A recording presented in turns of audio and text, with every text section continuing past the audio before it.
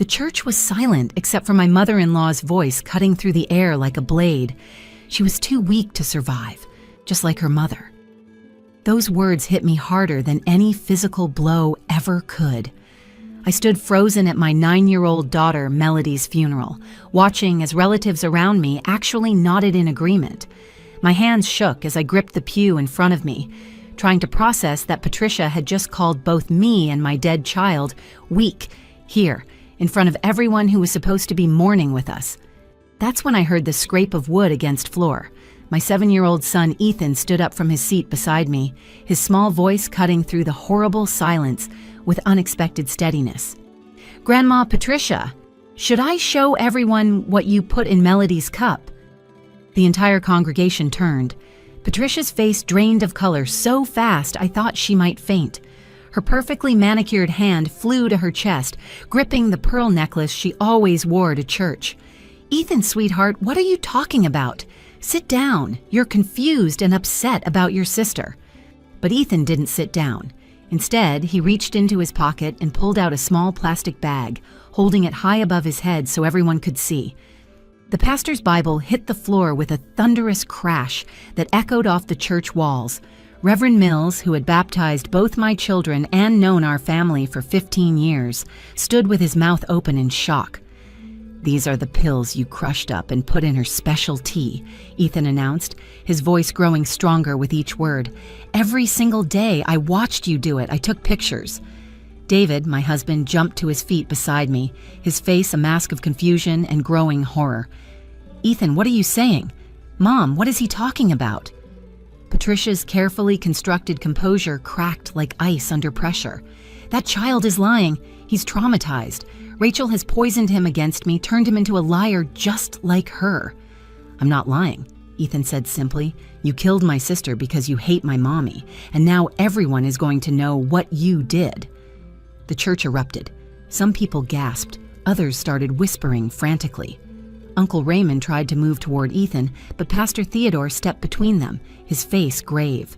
Patricia's sister Gloria clutched her purse to her chest as if it could protect her from what was unfolding. I looked at my brave little boy standing there in his too big funeral suit, the one we'd bought just 3 days ago because nothing in his closet was appropriate for saying goodbye to his sister. He was holding evidence of murder at his own sister's funeral, and he wasn't backing down. What happened next changed everything I thought I knew about my daughter's death, about my family, and about the evil that can hide behind a grandmother's smile. 3 days before the funeral, I was just Rachel Winters, a normal elementary school teacher sitting at my kitchen table, grading papers while trying to keep one eye on my children. The afternoon sun streamed through our windows, casting golden light across the stack of 4th grade math tests I needed to finish before Monday. My daughter, Melody, sat across from me, her tongue poking out slightly as she concentrated on painting another butterfly. She'd filled an entire sketchbook with them over the past 2 weeks, each one more colorful than the last. "Mom, look at this one. I used your favorite colors," Melody said, holding up her latest creation. The butterfly's wings were a swirl of purple and gold with tiny silver dots that caught the light. She'd been getting better after weeks of what doctors had called a severe flu, and seeing her enthusiasm return made my chest feel lighter than it had in months. "It's beautiful, sweetheart." "We should frame this one," I told her, reaching over to smooth her dark hair. It was finally growing back to its normal thickness after the illness had made it brittle and thin. Her laugh filled the kitchen, that particular giggle that sounded like wind chimes. "Mom, you say that about all of them." "Because they're all frame-worthy," I insisted, making her laugh again. Ethan was sprawled on the living room floor, building something elaborate with his blocks, while occasionally making explosion sounds. At 7, he was quieter than most boys his age, preferring to observe rather than be the center of attention. He'd been extra watchful since Melody got sick, following her around like a protective shadow whenever she was up and moving. My husband David was still at the bank, probably in another endless meeting about quarterly reports. He'd been working longer hours lately, trying to secure a promotion that would help with the medical bills that had been piling up despite our insurance. We didn't talk about the financial stress in front of the kids, but I knew it was wearing on him. I could see it in the way his shoulders stayed tense, even when he smiled. The front door opened, and Patricia walked in without knocking, as she always did. My mother-in-law believed that boundaries were for other people, not for her when it came to her son's house. She carried a pot of something that smelled like her famous chicken soup and a thermos of what she called her special herbal tea. "How's my granddaughter feeling today?" she asked, though she looked at me when she said it, as if I was somehow responsible for Melody's illness. "Much better, Patricia. The doctor says she's definitely on the mend," I replied, trying to keep my voice neutral. Patricia and I had been dancing this complicated dance for 12 years, ever since David chose to marry me instead of Christina, the daughter of Patricia's best friend from church. Patricia had made it clear from day one that I wasn't what she'd envisioned for her only son. Well, you know what I always say. Modern medicine only does so much. Traditional remedies, that's what really works. She moved into the kitchen like she owned it, setting down her pot and immediately starting to heat water for tea. "Melody, dear, time for your special grandma tea." Melody made a face but didn't protest.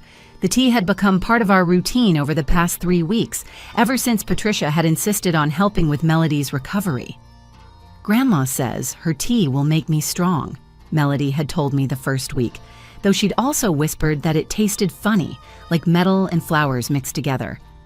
"It's an old family recipe," Patricia had explained when I asked about the ingredients. "Herbs from my mother's garden, dried and prepared just right. It's been keeping the Winters family healthy for generations." I'd been too exhausted to argue. Between teaching full-time, caring for a sick child, and trying to keep our household running, I'd welcome the help even if it came from Patricia. My own mother, Joyce, lived 2 states away in Oregon and could only offer support through daily phone calls. "Rachel, you really should consider cutting Melody's hair shorter," Patricia said as she stirred the tea. "Long hair takes energy from the body that should be going toward healing." "Her hair is fine, Patricia," I said, not looking up from my grading. "I'm just trying to help. Though I suppose you know best, being a teacher and all," she replied, her tone suggesting she believed exactly the opposite. David arrived home just as Patricia was leaving, kissing his mother's cheek and thanking her for the soup.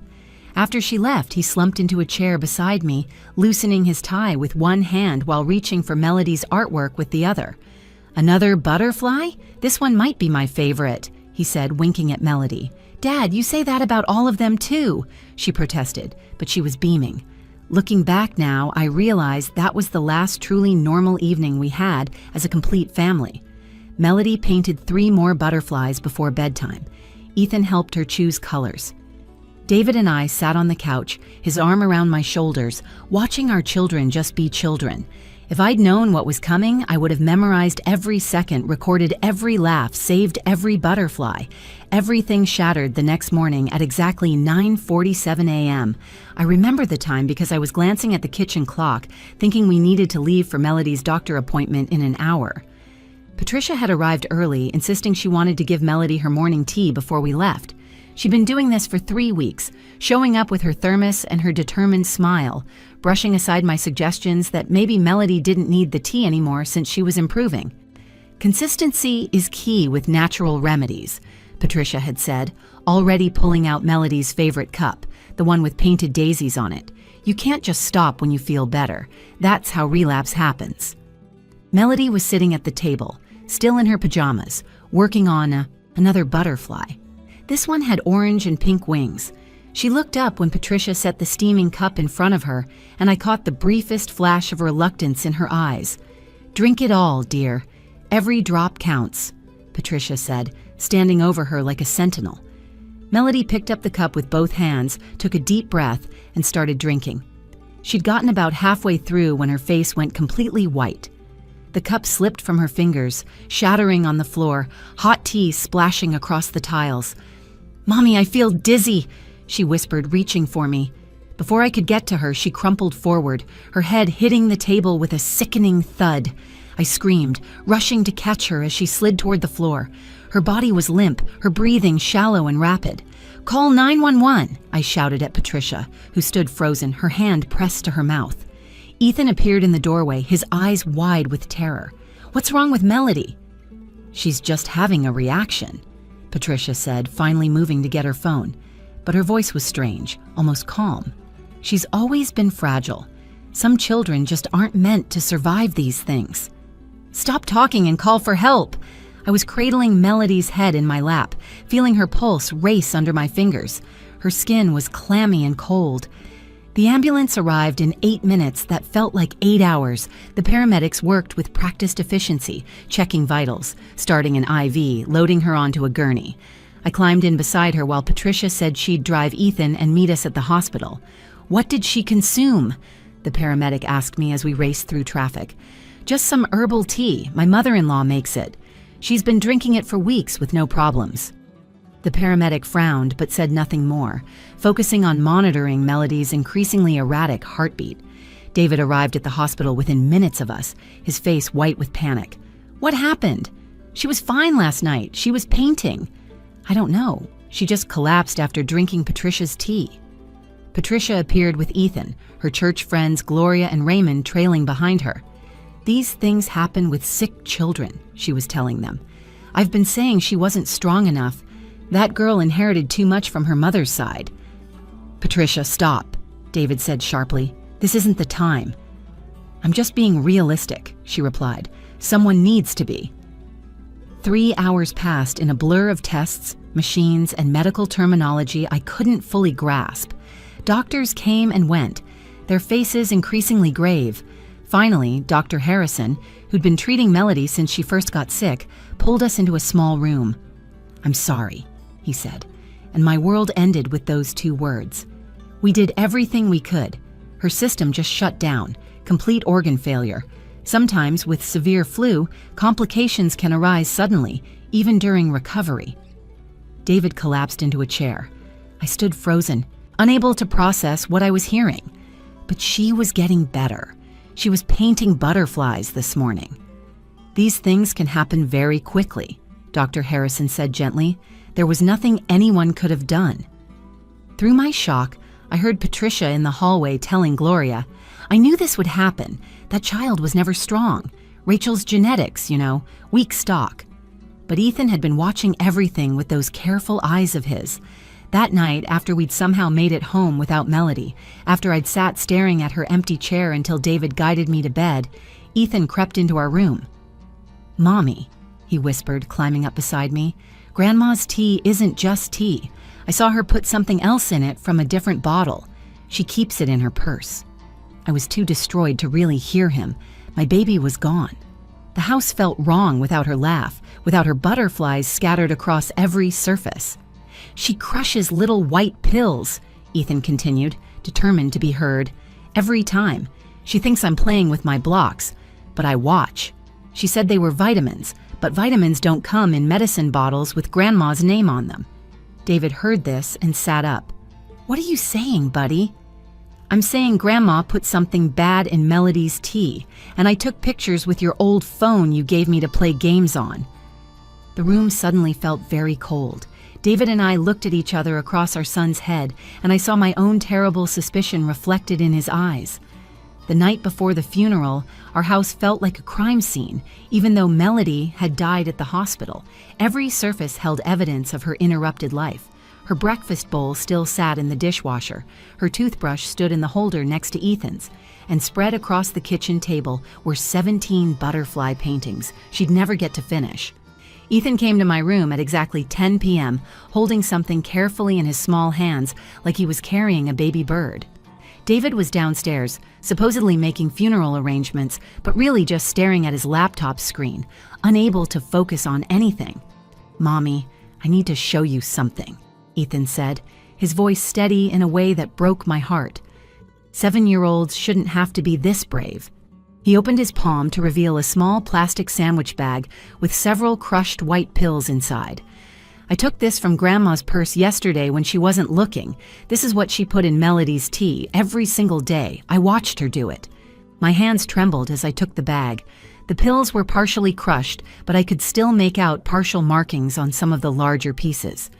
Ethan, are you absolutely sure? I'm sure. He pulled out David's old phone, the one we'd given him to play educational games on. Look. The pictures were blurry, but clear enough. Patricia standing at our kitchen counter, her back partially turned, crushing something with the back of a spoon. Another photo showed her tipping powder from her palm into Melody's daisy cup. A third caught her stirring the tea with one hand while holding what was clearly a prescription bottle in the other. She always said it was special vitamins to make Melody strong, Ethan explained. But one time, the bottle fell out of her purse and I saw the label. It had her name on it. Medicine bottles have names when they're from the pharmacy, right? That's what Mrs. Johnson taught us at school. I called for David, my voice cracking. He came running up the stairs, probably thinking I was having another breakdown. When I showed him the bag and the pictures, his face went through a series of transformations I'd never seen before. Confusion, disbelief, horror, and finally, a terrible understanding. "Oh my God," he breathed, sinking onto the bed. He took the bag with shaking fingers, examining it under the lamp. "These look like Mom's digoxin, her heart medication." "Heart medication?" I could barely get the words out. "She's been on it for years. Too much would cause exactly what happened to Melody. Dizziness, collapse, organ failure." His voice broke completely. "My mother poisoned our daughter." We sat in horrible silence for a moment before Ethan spoke again. "We have to tell everyone." "We'll go to the police right now," I said, already standing up. "No." Ethan's voice was firm. "Tomorrow, at the funeral." David and I both stared at him. "Buddy, what are you talking about?" David asked. "Grandma invited all those people who think Mommy isn't good enough. Uncle Raymond, Aunt Gloria, all her church friends who whisper about us. They're all gonna be there." Ethan's logic was devastating in its clarity. "If we go to the police now, Grandma will make up a story. She'll say Mommy planted it or that I'm lying, but if I tell everyone at the funeral, with all those people watching, she won't be able to lie her way out." "Ethan, that's too much pressure on you," I said, pulling him close. "You don't have to do this." "Yes, I do." He looked up at me with eyes far too wise for his age. "Melody was my sister. She taught me to read when I was 4. She gave me her allowance when I broke my piggy bank. She never told on me when I snuck cookies before dinner. And Grandma killed her because she hates you, Mommy, because Melody was yours." David made a sound like he'd been punched. "Mom always wanted me to marry Christina. She never accepted Rachel, but I never thought she'd actually hurt our children." "She didn't hurt me because I look like you, Daddy," Ethan said simply. "But Melody looked just like Mommy. Grandma said so all the time." We stayed up the rest of the night, caught between calling the police immediately and letting Ethan execute his plan. David paced the floor, occasionally stopping to punch the wall, leaving knuckle marks in the drywall. I held Ethan while he practiced what he would say, his words becoming more confident with each rehearsal. "You don't have to be perfect," I told him. "Just tell the truth." "The truth is enough," he said, sounding like an old soul in a child's body. "Grandma taught me that lying is a sin. Tomorrow, everyone will know who the real sinner is." David finally stopped pacing around 3 a.m. "If we do this, if we let Ethan confront her at the funeral, there's no going back. My entire family will implode." "Your family killed our daughter," I reminded him, the words tasting like poison. "I know." He sat down heavily, his head in his hands. "I know. And they all enabled her. All those times they agreed with her about Rachel not being good enough, about our children being weak, they gave her permission in her mind." Ethan fell asleep in my arms around 4 a.m., still clutching the phone with the pictures. David and I sat vigil over him, over the evidence, over the memory of our daughter who died because she had the audacity to look like me. When the sun came up, we dressed in black and prepared to bury one child while the other sought justice. The church was packed with Patricia's carefully curated guest list. She'd taken control of the funeral arrangements while I was catatonic with grief, inviting her entire social circle from the ladies' auxiliary, the church board she'd served on for 20 years, and every relative who'd ever made me feel small at family gatherings. They sat in their pressed black clothes like a jury that had already reached its verdict about me. Patricia stood at the podium in a designer black dress that probably cost more than our monthly mortgage, dabbing at her eyes with a handkerchief, even though I hadn't seen her shed a single genuine tear. Behind her, Melody's white casket was surrounded by flowers Patricia had selected without asking me, all white roses. Melody had loved colorful wildflowers. but Patricia said those weren't appropriate for a proper funeral. My granddaughter was special, Patricia began, her voice carrying that perfect blend of sorrow and strength that she'd perfected over years of church performances. But from the day she was born, I could see she was fragile. Some children are born with strong constitutions, blessed with the resilience that runs in good families for generations. But Melody, sweet as she was, inherited a different kind of constitution. She paused, letting her eyes sweep over the congregation before landing on me. She was too weak to survive, just like her mother. The words hit me like physical blows. I heard Gloria murmur agreement from 2 rows back. Uncle Raymond nodded solemnly, his hand on his wife's knee. Other relatives, people who'd watched my children grow up, were actually nodding along as if Patricia was delivering some profound truth instead of spitting on my daughter's memory. Some bloodlines, Patricia continued, simply aren't strong enough for this world. It's not anyone's fault, it's just biology. Nature has its way of correcting imbalances. That's when Ethan stood up. The movement was so sudden and decisive that everyone turned. My 7-year-old son, in his too big suit with his carefully combed hair, stood with his shoulders back and his chin raised. He looked exactly like David in that moment, but with my determination burning in his eyes. "Grandma Patricia," his voice rang out clear and strong, "should I show everyone what you put in Melody's cup?" The entire church went silent. Patricia's face drained of color so completely that the makeup she'd carefully applied stood out like a mask. Her hand clutched the podium for support. "Ethan, sweetheart, you're confused. You're grieving. Please sit down." "I'm not confused." Ethan pulled the plastic bag from his pocket, holding it high above his head. "These are your heart pills, your digoxin. You crush them up and put them in Melody's special tea every single day." Pastor Theodore's Bible crashed to the floor. The sound echoed through the sanctuary like thunder. Several people gasped. Gloria's hand flew to her mouth. "That's absurd." Patricia's voice cracked, losing its polished tone. "David, control your son. He's obviously traumatized." But Ethan kept going. "I have pictures on Dad's old phone. You crushing the pills, you putting them in her cup, you stirring them in while telling Melody it would make her strong." "You lying little brat!" Patricia shrieked, starting to move toward him. David stood up, blocking her path. "Mom, is it true?" "Of course it's not true. This child has been poisoned against me by that woman." She pointed at me with a shaking finger. "She's turned him into a liar just like her." "Then you won't mind if we test these pills," Ethan said calmly, "or check the pharmacy records to see how many refills you got. Daddy said you only need 1 pill a day, but you've been getting refills every 2 weeks. Uncle Raymond tried to move toward Ethan, his face red with anger. "How dare you disrespect your grandmother at your sister's funeral?" Pastor Theodore stepped between them, his voice commanding. "Nobody moves. This is a serious accusation." He looked at Patricia, his expression grave. "Patricia, if this child is lying, we can easily prove it. Let's see the pills." "This is ridiculous," Patricia screamed, but her mask was slipping. "I don't have to prove anything to anyone. I've been a member of this church since before most of you were born." "You killed my sister because you hate my mommy," Ethan said, his voice steady but tears now streaming down his face. "You said she wasn't good enough for Daddy. You said her blood was weak. You said it all the time when you thought I wasn't listening. But I heard everything. I saw everything." "She wasn't good enough." Patricia suddenly exploded, her careful facade completely shattered. "I told David not to marry her. I told him Christina would give him better children, strong children, not weak little things that get sick at the drop of a hat." The congregation gasped collectively.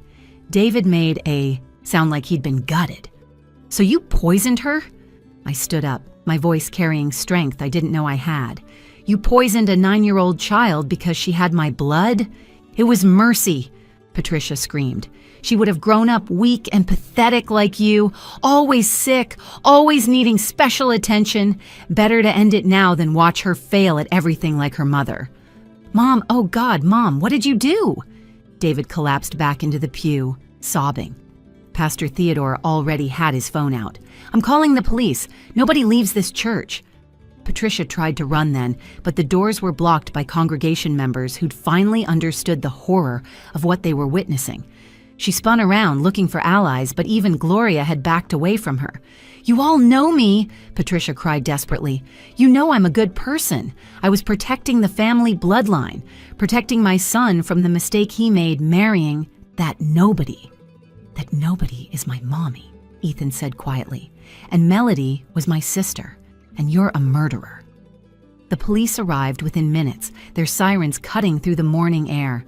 As they led Patricia away in handcuffs, she was still screaming about weak bloodlines and family honor, about how she'd done nothing wrong, about how we'd all regret turning against her. Ethan ran to me then, sobbing in my arms. "I did it, Mommy. I told them what she did." "You're the bravest person I know," I whispered, holding him tight while David knelt beside us, his body shaking with sobs, our family broken, but the truth finally horribly free. Patricia was charged with first-degree murder that same afternoon. The autopsy revealed levels of digoxin in Melody's system that could only have been deliberately administered over time. The medical examiner explained that Patricia had been slowly poisoning my daughter for weeks, carefully calculating each dose to mimic a natural decline from illness. She'd studied the symptoms online, deleted her search history, but forensics recovered everything. "How long does digoxin take to kill a child?" was searched 17 times from her phone. The trial lasted 3 weeks. Patricia's lawyer tried to claim dementia, temporary insanity, even suggested I'd planted the evidence. But Ethan's photos, the pharmacy records showing excessive refills, and Patricia's own confession at the funeral made the case ironclad. She got life without parole. When they read the verdict, she looked at David and said, "I did it for you." He walked out and never looked back. David and I tried to save our marriage for 8 months. We went to counseling, we held each other through nightmares, we tried to rebuild. But every time he looked at me, I saw him wondering if his mother was right, if marrying me had somehow led to our daughter's death. Every time I looked at him, I saw Patricia's features and wondered how he'd never noticed his mother's evil. We separated on what would have been Melody's 10th birthday. The divorce was finalized 2 months later. David moved to Colorado, started over with a new job, new life, new everything. He sends money for Ethan and sees him every summer and alternating holidays. He's in therapy, working through the guilt of choosing his mother's approval over his family's safety for so many years. He recently told Ethan he's dating someone named Anne, a widow who understands complicated grief. I hope she helps him heal. Uncle Raymond never apologized. He maintains to this day that Patricia was pushed to her breaking point by my presence in the family.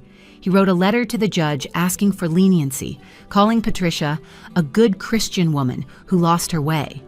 The judge read it aloud during sentencing, then gave her the maximum sentence anyway. Gloria sends Christmas cards with no message, just her signature, as if that somehow maintains propriety while acknowledging the horror. My mother, Joyce, sold her house in Oregon and moved 3 blocks away from us. She never once said, "I told you so," though we both know she'd sensed something dark in Patricia from the beginning. She helps with Ethan, makes sure I eat when grief makes me forget, and keeps Melody's butterfly paintings in perfect condition in special archival frames throughout her house. Ethan started therapy the week after the funeral. Dr. Martinez, a child psychologist who specializes in trauma, told me Ethan showed remarkable resilience, but needed to process being the one who exposed a family murder. For 6 months, Ethan barely spoke, except in therapy. Then one day, he came home from school and said, "Melody would want me to paint butterflies." We bought art supplies that afternoon. His butterflies are different from hers, more geometric, more precise, but equally beautiful. He's 11 now and wants to be a detective when he grows up. "So bad people can't hide behind smiles," he says. He's the top student in his class, observant to the point where his teachers call him unusually perceptive. He sees a therapist once a month now, down from weekly. Dr. Martinez says he's processing everything in a healthy way, but he'll always carry the weight of being the one who had to save his family from itself. We planted a butterfly garden at Melody's grave, using seeds from wildflowers, not the white roses Patricia would have chosen. Every spring, when the monarchs migrate through, Ethan and I sit there and tell her about our lives. He tells her about his grades, his friends. The boy who tried to bully him until Ethan calmly explained he'd testified in a murder trial and wasn't scared of middle school drama. I tell her about my new job at a different school, about the butterfly tattoo I got with her initials, about how I'm learning to trust again. Some nights I wake up in a cold sweat, wondering what signs I missed. How many cups of tea did I watch her drink? How many times did Patricia's kindness feel wrong, but I pushed aside my instincts because I was exhausted and needed help? The answer haunts me. At least 24 times I handed my daughter over to her killer and thanked her for the assistance. I've learned that monsters don't always look like monsters. Sometimes they bring homemade soup and offer to help with the children. Sometimes they smile at church and serve on committees and have everyone convinced they're pillars of the community. Sometimes they're the ones who are supposed to love and protect your children. Patricia taught me that evil can wear a grandmother's face and speak in a grandmother's voice while calculating the exact amount of poison needed to stop a 9-year-old's heart. Trust, once shattered by family, never fully heals. I double-check everything now. When the school nurse gives Ethan Tylenol for a headache, I verify the dose. When my mother watches him, I check in every hour. I know it's not healthy, but neither is burying your daughter because you trusted the wrong person. My therapist says hypervigilance is a normal response to trauma. We're working on it. But here's what I want you to remember from our story. Sometimes the smallest voice in the room carries the biggest truth. My 7-year-old son did what dozens of adults couldn't or wouldn't do. He paid attention. He collected evidence. He stood up in front of everyone and spoke the truth, even when his hands were shaking. He saved other children Patricia might have hurt if she'd gotten away with it. The detective on the case told me they found searches on her computer about inheritance laws if both grandchildren die, dated the week before Melody's death. Ethan painted a butterfly last week with a police badge in the center of its wings. Above it, he wrote, "For Melody, who taught me to be brave, the truth has wings too." It hangs in our kitchen where her paintings used to be, a reminder that justice can come from unexpected places, that courage doesn't always roar. Sometimes it's a quiet voice saying, "I saw what you did." If you're watching this and something in your life feels wrong, trust that instinct. Don't wait for tragedy to validate your concerns. That uncomfortable feeling you get around certain people exists for a reason. Our bodies know danger before our minds accept it. I ignored my instincts because I was tired, overwhelmed, and wanted to believe in family. That politeness, that benefit of the doubt, cost me my daughter. Melody would have been 13 this year. Ethan painted purple and gold butterflies on a birthday cake we ate anyway, celebrating the life she had and the truth that finally set her free.